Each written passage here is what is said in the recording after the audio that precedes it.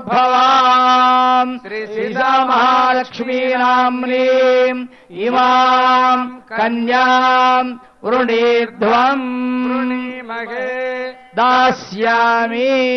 అంతా ఒక మారు చెప్పండి. దాస్యామి దాస్యామి. తదహ సామ్రాజ్యమత్యాశీషో వాచనం కుర్యా. ఓం సామ్రాజ్యం భౌజ్యం స్వరాజ్యం వైరాజ్యం పారమేక్షితం రాజ్యం మహారాజ్యమాధిపత్య భయం. ఇద్దరి గోత్రాలు విన్నాం మనం. రామచంద్రమూర్తిది అచ్యుత గోత్రము అని అంటారు. అంటే పరమాత్మకి ఏ గోత్రం చెప్తారో ఆ గోత్రమే ఇక్కడ భద్రాద్రిలో ఉండే రామచంద్రమూర్తికి చెప్తారు. సాక్షాత్తు శ్రీ మహాలక్ష్మికి ఏ గోత్రం ఇప్పుడే మనం కన్యావరణ కార్యక్రమాన్ని చూసాం. ఇది భారతీయ సంప్రదాయం.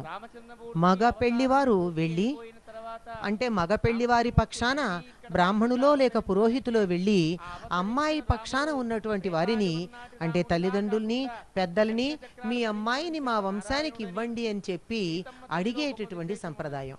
ఈ చెప్పేటప్పుడు పరస్పరం వారి యొక్క ప్రవరలు, అంటే తాము ఏ ఏ ఋషి సంప్రదాయాల నుంచి వచ్చారో చెప్పుకుని మాది పద్ధతి, మా సంప్రదాయం ఇది అని అవతల వారిని అడగటం.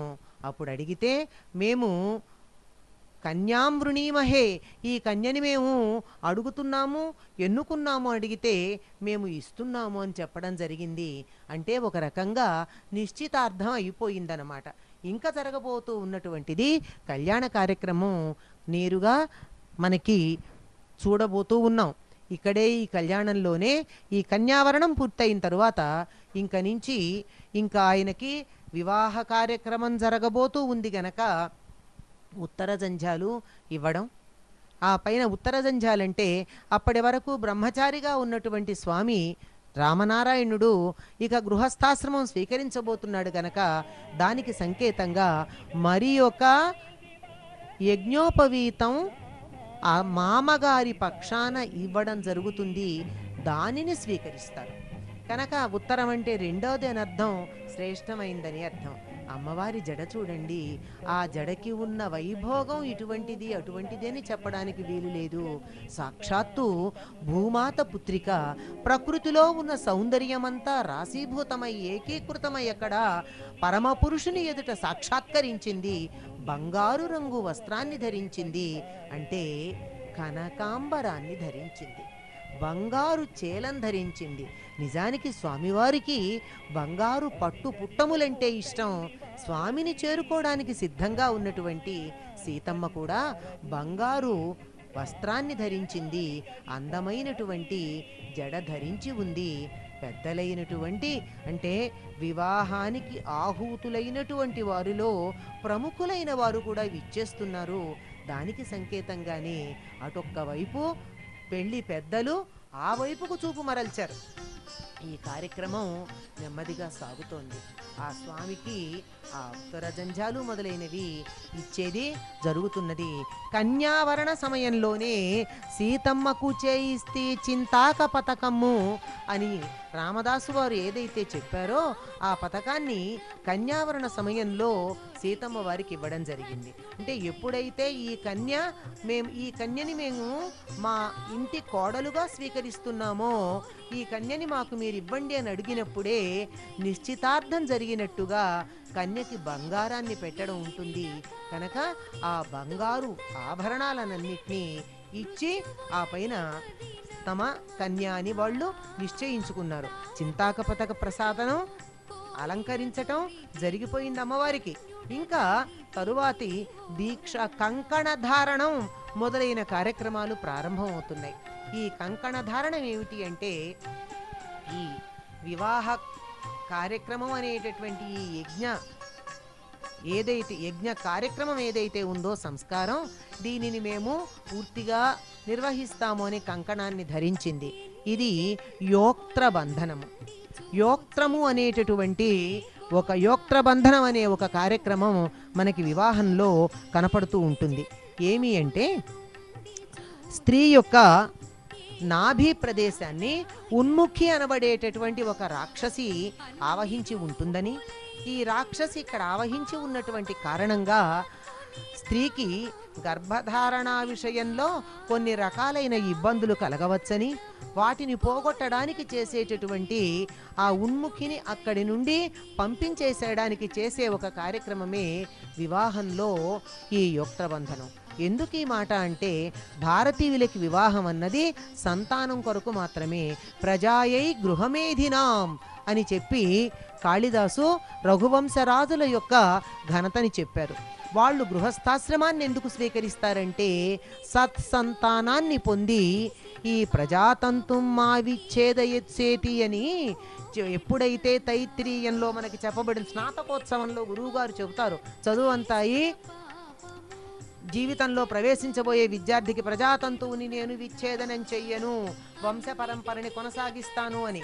అది చక్కగా కొనసాగాలంటే మంచి సంతానం కలగాలి. ఆ సంతానం కలగాలంటే స్త్రీకి ఆ నాభి వద్ద ఉండేటటువంటి ఉన్ముఖిని మనం తొలగించాలి. ఆ తొలగించడానికి కట్టేటటువంటి బంధనమే యోక్త్ర బంధనము అంటారు.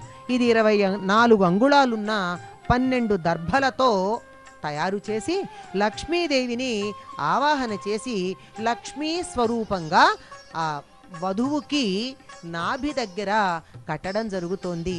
కనుక ఈ యోక్త్రబంధనం సీతమ్మ వారికి ధరింపజేయడం జరిగింది. యోక్త్రాన్ని అంటే ఇంకా సీతమ్మకి చక్కని సంతానం కలిగేటటువంటి, సంతానం కలగకుండా ఉండే అవరోధాలు పోయి సంతానం కలిగే అవకాశం లభించింది.